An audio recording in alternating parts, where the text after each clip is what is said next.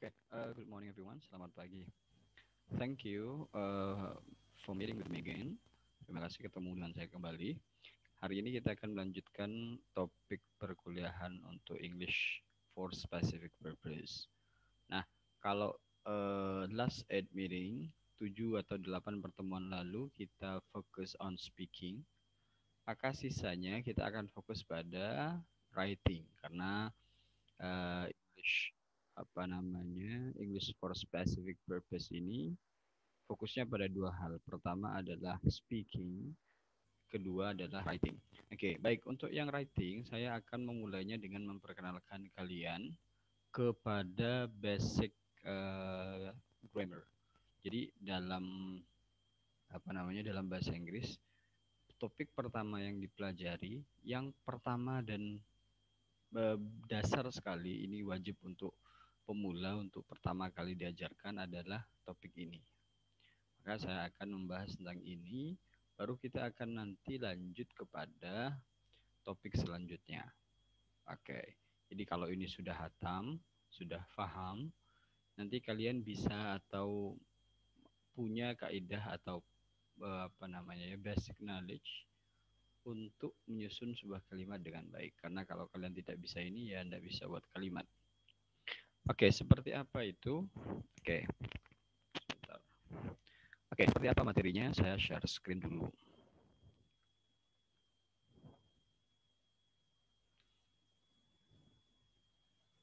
Okay, this one is our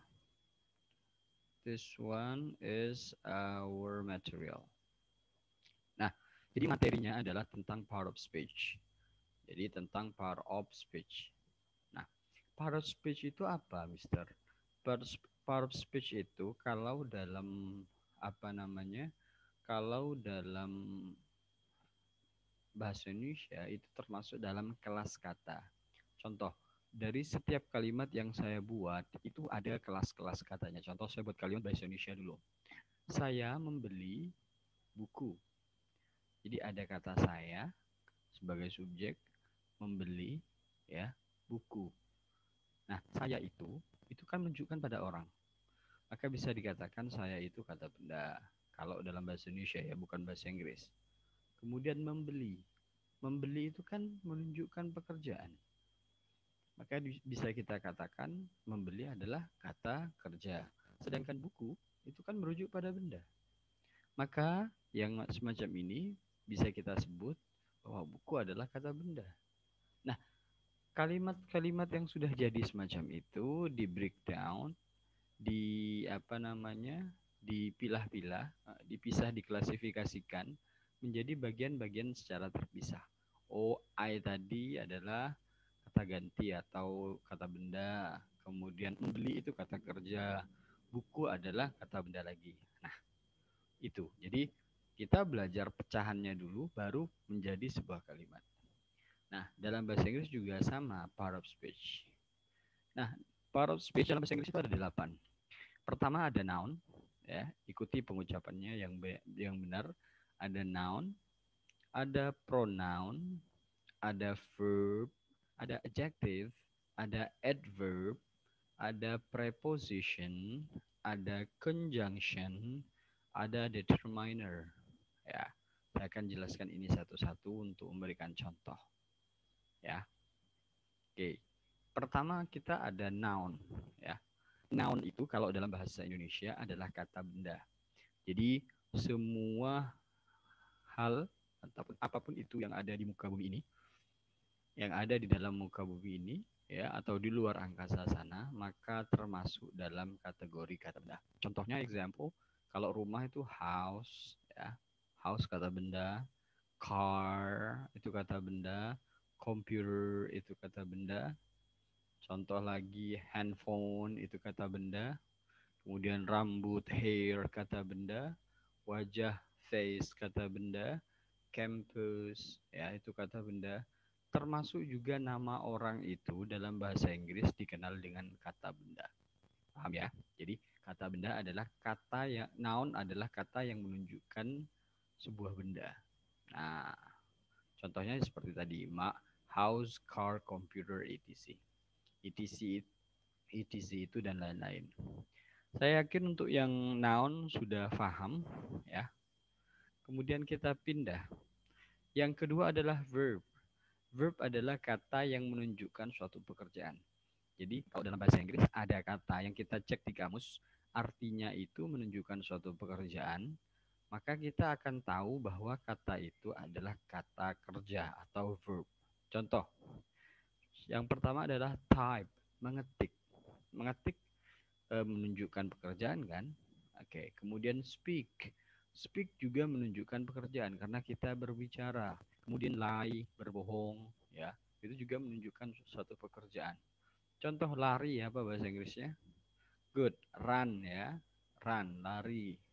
Berjalan, walk ya. Kemudian memukul, beat. Kemudian mengajak, invite dan lain sebagainya. Nah, yang semacam itu namanya adalah kata kerja verb. Kalau kalian sudah mengenal ini, nanti gampang untuk membuat kalimat. Jelas ya, kalau verb itu adalah kata yang menunjukkan suatu pekerjaan. Contohnya sudah ada seperti yang di sini. Type, speak, dan lie. Saya yakin verb pun tidak sulit, saya lanjut. Yang ketiga, ya. Yang ketiga adalah adjective. Adjective itu adalah kata sifat. Apa itu kata sifat? Kata sifat itu adalah kata yang memberikan keterangan atau menyifati kata benda. Ingat, adjektif adalah kata yang menyifati atau memberikan keterangan terhadap kata benda. Kata benda tadi apa? Noun, ya. Contoh untuk kata sifat shy, ya, malu, beautiful, cantik, tall, tinggi, pendek apa? Short, pendek, pintar apa? Smart, oke. Okay. Bijaksana apa? Wise, dan lain sebagainya. Nah, untuk peletakannya, kalau kalian membuat kalimat ya, kalau wanita cantik itu bukan wanita apa? Girl ya, atau woman. Bukan woman beautiful, no. Dibalik posisinya. Wanita itu woman kan, beautiful cantik. Maka beautiful dulu diletakkan di depan. Menjadi beautiful woman, bukan woman beautiful. Ya. Kalau anak yang tinggi, bukan boy tall, tapi tall boy. Ya. Kemudian wanita yang pintar, bukan girl smart ya, bukan lurus-lurus seperti bahasa Indonesia, tapi smart dulu baru girl. Saya ingat-ingat nanti itu soalnya untuk membuat kalimat. Oke, kita pindah ke adverb. Adjektif sudah, kata sifat. Adverb itu dalam bahasa Indonesia dikenal dengan kata keterangan. Sama dalam bahasa Indonesia ada keterangan tempat, ada keterangan waktu. Itu dalam bahasa Indonesia. Dalam bahasa Inggris itu ada 3. Pertama, in the morning. Menunjukkan apa ini? Keterangan apa? Yes, keterangan waktu. In the morning, at night, ya, malam hari, in the afternoon. Kemudian apa namanya? Yaitu kemudian menunjukkan waktu kan ya. Kayak on Sunday, pada hari Minggu dan lain sebagainya. Kemudian ada at home. At home itu di rumah. Berarti menunjukkan keterangan apa? Keterangan, yes, keterangan tempat. Nah, satu lagi dalam bahasa Inggris itu ada yang namanya keterangan cara atau dikenal dengan istilah adverb of manner. Cara mengidentifikasinya gampang. Cara mengidentifikasinya apabila ada kata yang berakhiran ly, ya, ly, maka itu biasanya adalah adverb of manner. Walaupun tidak semua, tapi umumnya kalau ada kata yang berakhiran ly itu adalah adverb of manner. Fungsinya apa, Mister? Fungsinya untuk menjelaskan kata kerja. Contoh begini. Saya berjalan dengan hati-hati. Maka saya apa bahasa Inggrisnya? I berjalan atau kata kerja apa? Walk. Nah, hati-hati adalah carefully. Jadi hati-hati tersebut menjelaskan berjalannya kita. Oke. Dia menyanyi dengan indah. Dia, she, menyanyi, sing, indah, beautifully, ada L-nya di belakang. Jelas ya? Ini yang namanya adverb of manner. Good. Kemudian, ya, ini saya rasa adverb sudah jelas. Jadi adverb itu adalah kata keterangan, keterangan waktu, keterangan tempat, keterangan cara. Good job. Kita lanjut ke selanjutnya. Adverb sudah. Nah, ada yang namanya pronoun. Pronoun itu adalah kata ganti dalam sebuah kalimat. Oke, contoh begini. Jadi begini ya. Dalam sebuah kalimat itu tentu ada kata ganti. Kata ganti itu contoh begini. Saya dan Mary, saya dan Mary ya belajar bersama. Jadi ada dua orang yang belajar, saya dan Mary. Kami, belajar di kafe. Jadi ada saya dan Mary belajar bersama, kami belajar di kafe. Ini dua kalimat, tapi subjeknya sama, hanya saja digantikan subjek pertama dengan kata kami. Saya dan Mary diganti dengan kami. Pada kalimat kedua, kami belajar di kafe. Nah, penggantian ini ya dari saya dan Mary menjadi kami itu adalah yang disebut dengan pronoun atau kata ganti. Contoh lain, Hafiduddin adalah seorang qori. Dia berkuliah di UNU. Jadi ada kata Hafiduddin pertama, kemudian dia. Nah, Hafiduddin dan dia ini orang yang sama. Hanya saja pada kata pertama disebutkan namanya, pada kata kedua disebutkan dia. Nah, dia ini adalah kata ganti, ya. Nah, kata ganti dalam bahasa Inggris itu ada they, we, I, you, she, he, it. Mereka, kita, saya, kamu, dia wanita, dia laki-laki, it itu benda. Ya.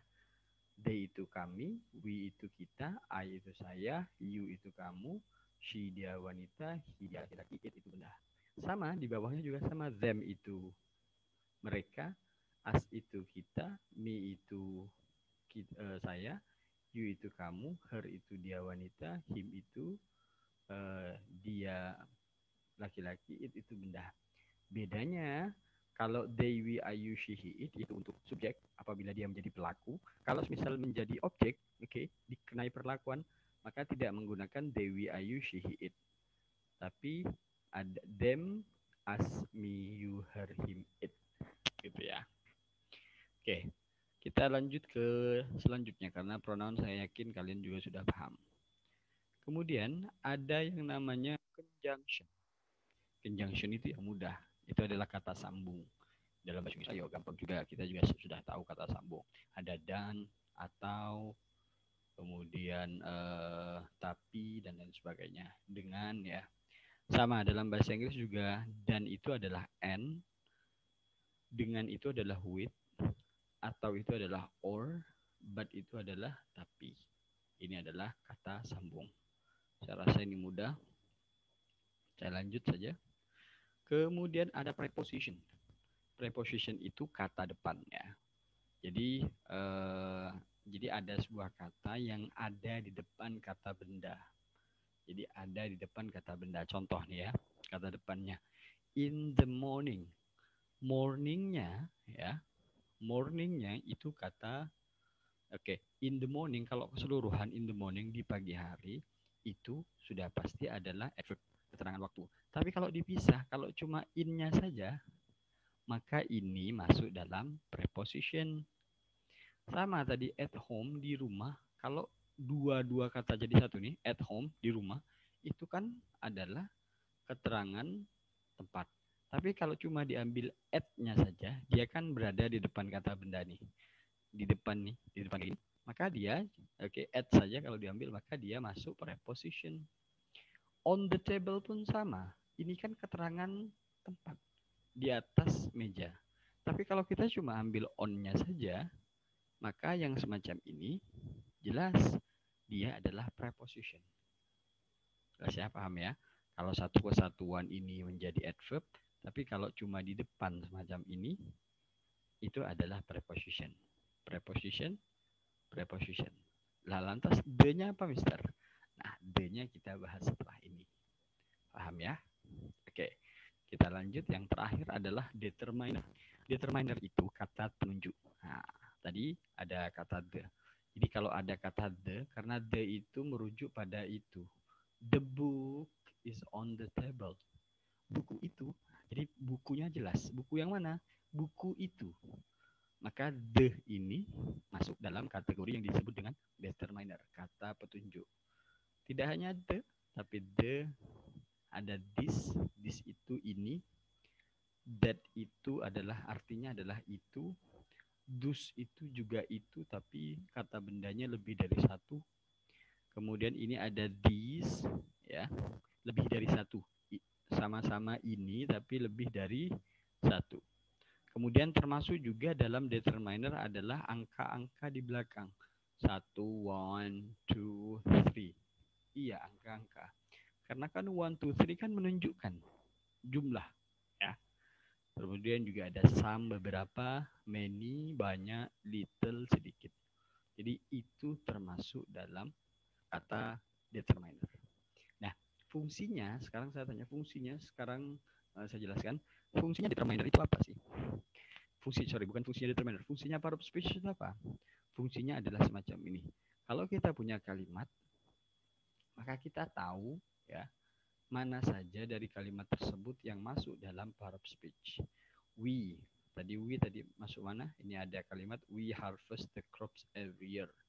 Kami memanen ya, tanaman setiap tahun. We itu adalah pronoun ya jelas ya. Harvest karena memanen pekerjaan. Maka di sini kata kerja atau verb. The tadi barusan di slide sebelumnya. The adalah determiner.